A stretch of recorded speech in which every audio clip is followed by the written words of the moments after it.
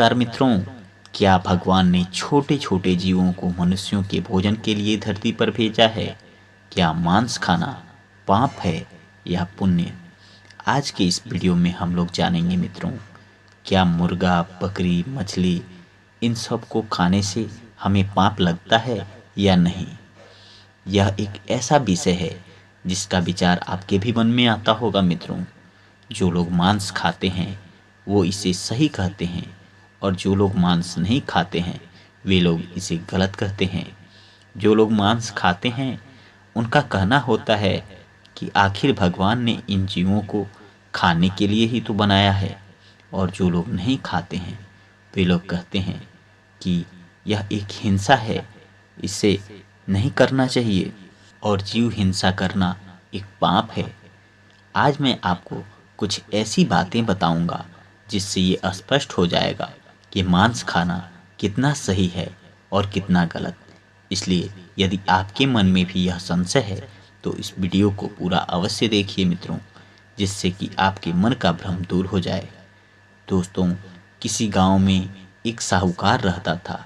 वह बहुत ही ज़्यादा धनी था। वह किसी लंबी यात्रा के लिए जाना चाहता था, इसलिए जाने से पहले उसने अपने घर पर दावत रखा और अपने पूरे नगर वासियों को, ग्राम वासियों को आमंत्रित किया। सभी लोग उसके वहाँ भोजन करने के लिए पहुँचे और भोजन में उसने मांसाहारी व्यवस्था किया था, जिसमें मुर्गे, बकरी के मांस परोसे गए थे। उनका मानना था कि ये सब जीव खाने के लिए ही तो हैं। जो लोग खाने वाले थे वे पूरे मन भर उस मांस को खाए, उसका भोजन का आनंद लिए। परंतु कुछ ऐसे भी लोग गए थे वहाँ जो शाकाहारी थे, जो भोजन नहीं किए। खाने के उपरांत सब लोग मंच के पास इकट्ठा हुए, जहाँ पर साहूकार ने लोगों को आने के लिए उनका धन्यवाद देना शुरू किया।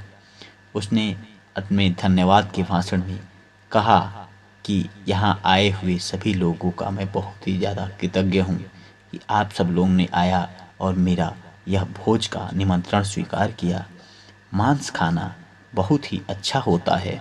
मैं कहूँगा कि आप सब लोगों को ज़रूर खाना चाहिए जो लोग नहीं खाते हैं। ऐसा वह अपने भाषण में कह रहा था। सभी लोग उसकी बातों को ध्यानपूर्वक सुन रहे थे। तभी एक छोटा सा लड़का बोला, हुजूर, आप गलत कह रहे हैं, ऐसा नहीं है, ये जीव खाने के लिए नहीं होते हैं। अचानक बीच में लड़के की आवाज़ सुनकर सब लोग स्तब्ध रह गए कि आखिर उनका विरोध करने वाला यह लड़का कौन है। वह लड़का बोला कि सभी जीवों को भगवान ने बनाया है।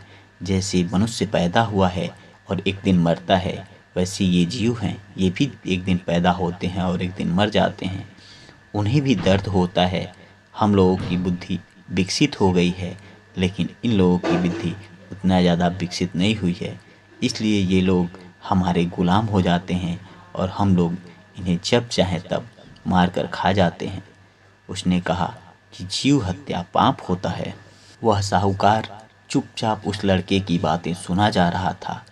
वह लड़का बोला कि जो जीव मांसाहारी होते हैं, जैसे कि शेर, चीता, भेड़िया, वो केवल मांस खाते हैं। तो देखा जाए तो हम लोग भी उन लोगों का आहार हैं। तो फिर जब वो लोग हमें आहार के रूप में स्वीकार करते हैं, जब कोई शेर, चीता हमें दौड़ाता है, तो हम लोग अपना जान क्यों बचाते हैं? हम लोग भी तो उसके आहार हैं।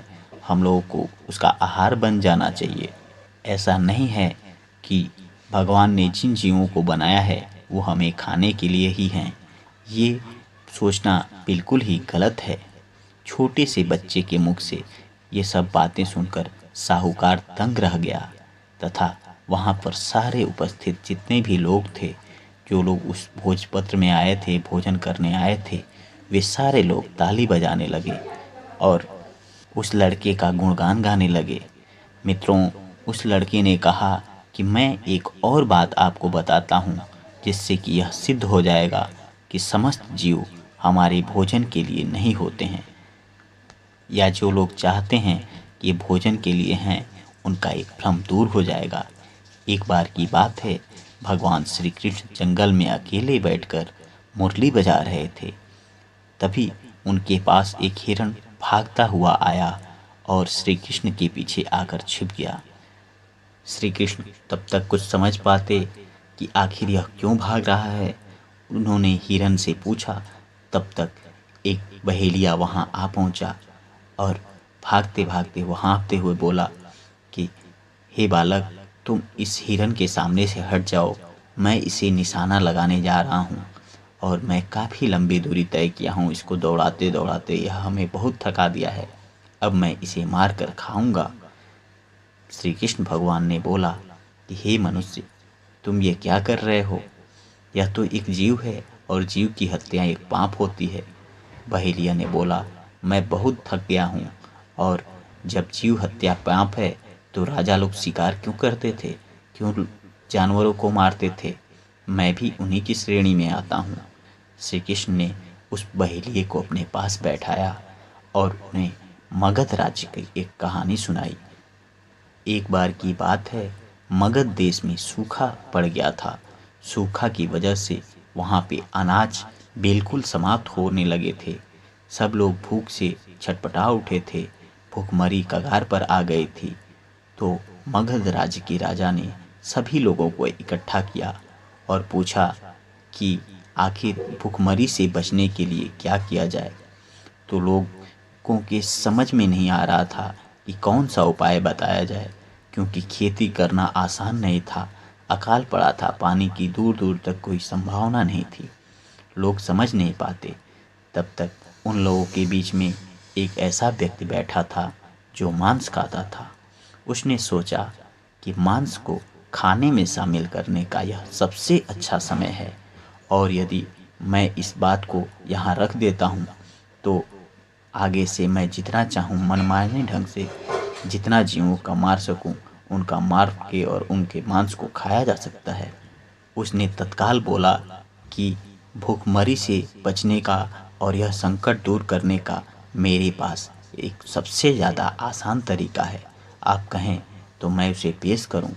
सब लोगों ने कहा, हाँ हाँ, बताइए बताइए। तब वह मंत्री बोला कि मांस को भोजन में शामिल कर लिया जाए, इससे लोगों के खाने की चिंता भी दूर हो जाएगी और मांस को भोजन में शामिल करने पर लोग भूख से मरेंगे भी नहीं। जो भी लोग मांस को खाने का सोच रहे थे वे लोग सब राजी हो गए और बहुत सारे मंत्री उसके पक्ष में हामी भरने लगे।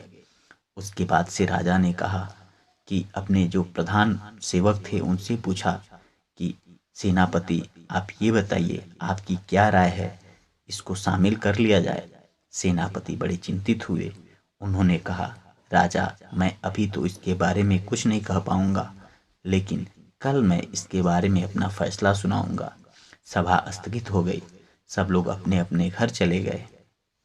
सायंकाल के समय सेनापति उस मंत्री के घर गए जो सबसे पहले उस सभा में यह प्रस्ताव रखा था कि मांस खाया जाए।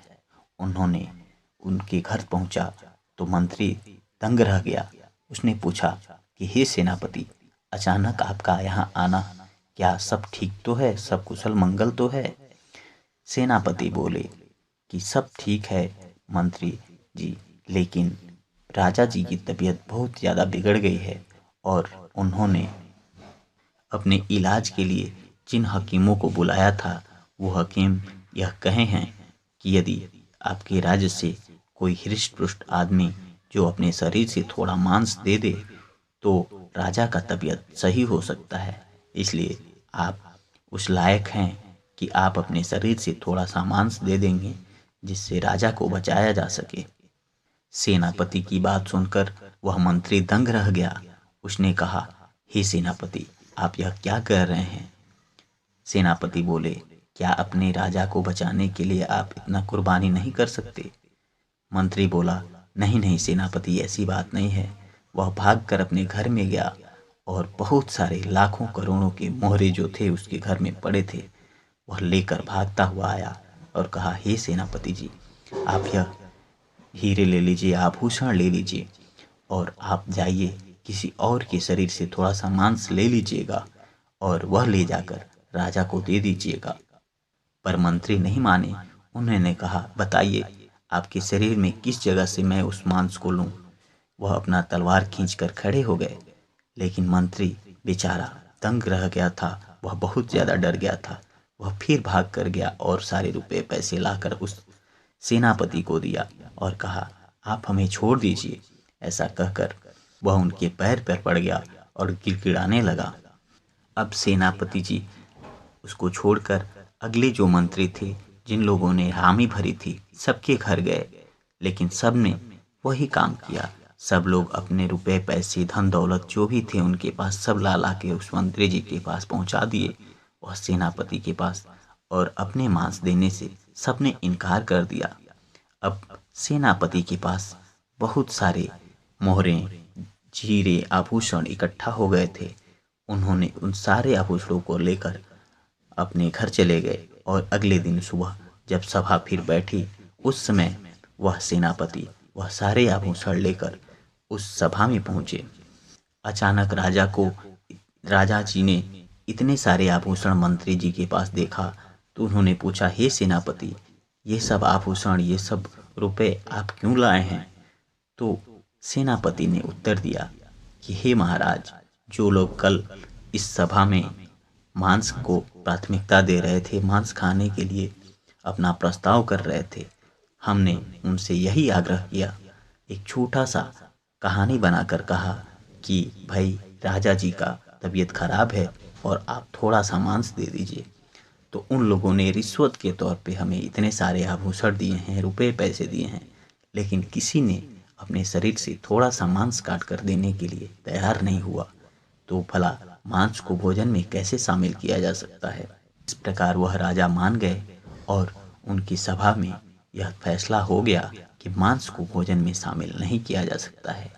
इधर भगवान श्री कृष्ण ने उस शिकारी को समझाते हुए कहा, देखो, अपना शरीर सबको प्रिय होता है, चाहे वह मनुष्य हो या पशु पक्षी, सबके लिए, चाहे वह मनुष्य हो या पशु पक्षी, सबके लिए प्राण उतने ही ज़्यादा मूल्यवान होते हैं जितने आपको अपने प्राण लगते हैं। इसलिए किसी का भी शरीर हो, यदि उसे आप कष्ट पहुंचाते हैं तो उसे भी तकलीफ होता है, क्योंकि किसी भी जीव को मरने के लिए उस दर्दनाक पीड़ा को सहना पड़ता है। उनका अंदाज़ा लगाना बहुत ही ज़्यादा मुश्किल होता है। जब आप अपना मांस किसी को नहीं दे सकते तो भला दूसरों की जीवों को मारकर और उनको खाना कहाँ तक उचित है? अपने थोड़े से स्वाद के लिए किसी भी जीव की हत्या ना करें मित्रों। उनको भी जीने का हक है जितना आपको इस धरती पर जीने का हक है मित्रों। उम्मीद करता हूँ आपको ये प्रसंग अच्छा लगा होगा। यदि आपको ये वीडियो अच्छे लगते हैं तो अपने मित्रों यारों के साथ शेयर करिए और प्रभु की भक्ति में अपनी जिंदगी समर्पित कर दीजिए। प्रभु सबके हैं। जय श्री राम मित्रों, जय श्री राम।